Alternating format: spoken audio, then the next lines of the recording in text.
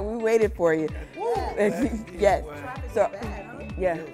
Yeah. Welcome to Oakland, the Bay Area. Yeah. Okay, so are you ready for that interview? Yeah, I'm so ready, man. Let's go. Yes, right. Okay. Yep. Let's go. Let's walk it over here. I appreciate y'all time coming out with the crew. You know what I'm saying? Get the chance to see the store. You know, we go way back. Yeah, so, exactly. Yeah. I know. Two hustlers. That's right. Absolutely. Absolutely. Mm-hmm. So first of all, you know, my podcast is all about, you know, relationships. Right. And my girl and I, we've been talking to, thousands and thousands of folks, and they have so many questions for us. We decided this season, we're going to go out and we're going to interview everyone and anyone we can that we think that has awesome values about relationships. Okay. And man, I thought about you and I was like, I gotta get a hold of them. So I'm in your wonderful store. Well, I'm honored. Yes. I'm honored that you're here and you thought about me. Yes, absolutely. So let's do this. Let's go I ahead. have some questions for you. Go right ahead. My first question, I think this is like everybody in the Bay Area want to know, what made you put your career to the back burner and boost up your children, have your children in the front? Well, you know, that's an interesting question. Sometimes I think it happened naturally. Right. I think even from them being babies, they've been my road dogs. You know what I'm saying? Yeah. They roll with me, and I enjoy nurturing them and see them grow and see them doing nice things and having nice things. You know, so you know, I feel like it's a team. Right. I feel like, you know, even the foreign family is a team. So even them growing, you know, is also fulfilling my dreams.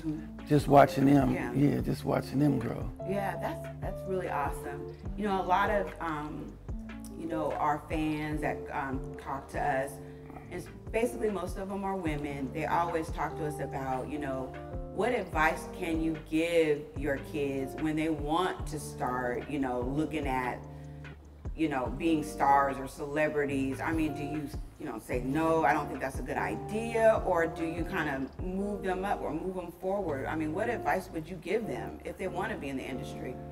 I think it's important for anybody to chase their dreams. You know what I mean? Nobody, if God has put something in their heart, who am I to, or who is the next person to tell them that, it's not, you know, that's not for you.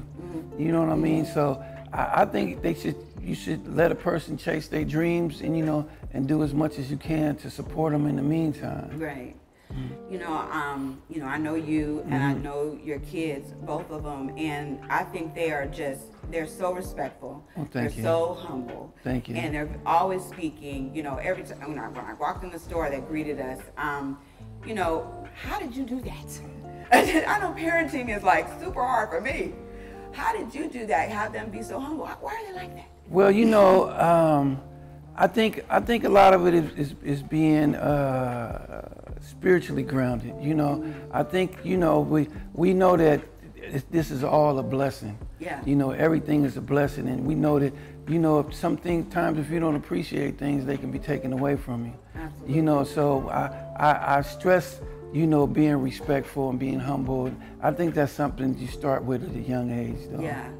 That's so true, because you can give your kids the world, and I know you do. They always are dressed fitted, top of the line, all the time, shining, but yet they can still speak to you. Right. And that's awesome. And I think that's a lot of what the parents are calling us about. You know, if I spoil them, are they going to turn out okay? Well, that's interesting, because all through their lives, I've been getting approached about, you know, the cars that they drive, the clothes that they wear.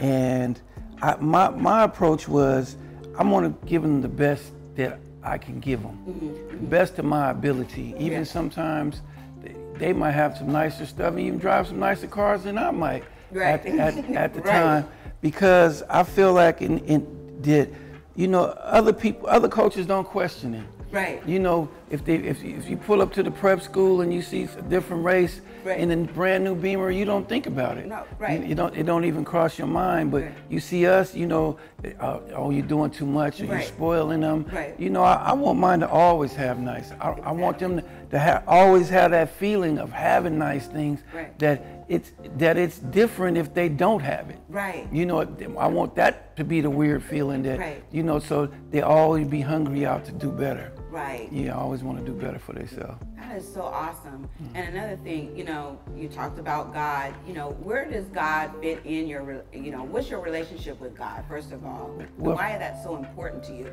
Well, I know my history. Yeah.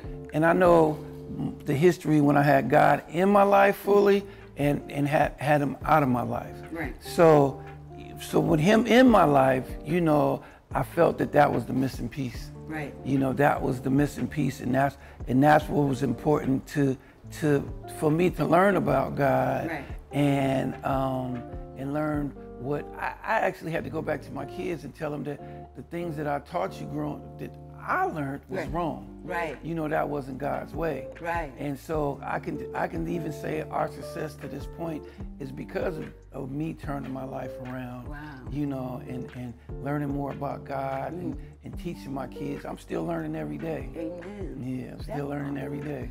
And another thing about you, and that I was just thinking was so awesome, is that you always speak positive. And I'm like, everything is positive. Everything you say and do is positive. What's that all about? Well, I'll tell you, and I'll be transparent with you because we're friends. Yeah. So I was in a dark place. Yeah.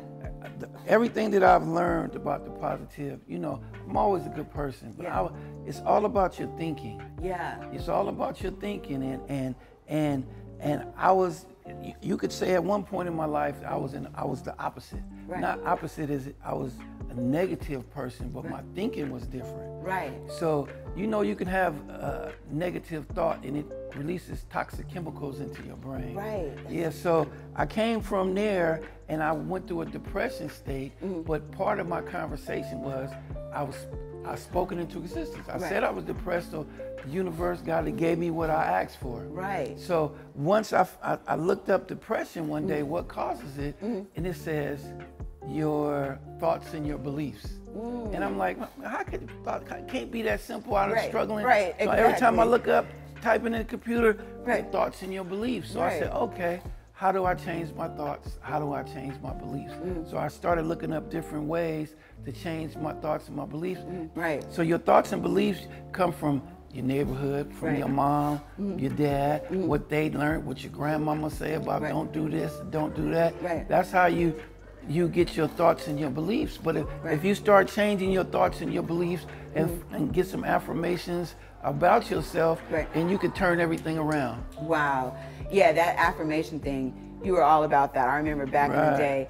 So, you know, speaking it over yourself, having the affirmations, or the sleeping, the always talking, having that through. I mean, you know, do you really believe in that? I mean, does it really work? Absolutely. You sitting right here in some manifestations. Yes. You and know, this is awesome. This what you see right here is still nothing but manifestations from God. All this, you know, we got 3 stores in 6 months. Yes. And with a couple more coming. Wow. And we didn't even see it coming. Wow. Yeah, so, you know, you speak like we were talking earlier before we started interviewing. You speak from the end of the story. Right. And you let God figure out where the middle parts come in. Right. So just speaking positive, speaking as if it already happened. Already it's in happened. the now. Everything in the universe is now. Is now. Not about to. No, I don't do no trying. I don't do no about tos. Yeah. Everything is now. Everything I is speak it. Sometimes even me and my son, me and my daughters, and even my other son, we speak as if it already happened. When he got a basketball game, we already talk about how good he played before the game even starts. Wow. Yeah. That's awesome. Yeah, that's what we do. Yeah. And then that, you know, that's so powerful because a lot of us, I'm gonna just put it out there, black folk. Right. We don't believe in ourselves. We kind of look at what the surroundings is doing, and we look at our surroundings and like, hey, it's not gonna happen because look where I'm at. It's like, what do you say to those people? Like, you know, what do you say? It's still back to It's not where you at. Right. You still go back to the end of the story, but the whole thing is about believing. Right. You know, you got to remember that God created everything with words. Yeah. You know, in the beginning he said it was dark. He said, let there be light. He didn't say, dang, it's dark in here. He said what he wanted. He didn't say what he had. Right, exactly. He didn't say it's dark. When he spoke it into existence, we have that same power to speak things into existence. So we have to change our words from the words of the enemy. Amen. You know, we have to learn how to change our words from the enemy and to speak life into our situation, to speak victory in everything. Hallelujah. Hallelujah. Like in the end, we already win. Yeah, we already won. But we have to speak, even if we look like we're losing at the moment. Right. We still have to speak in it. We have to speak the victory. Yeah, amen. You know, because God can change everything around in a moment. In a moment. Yeah.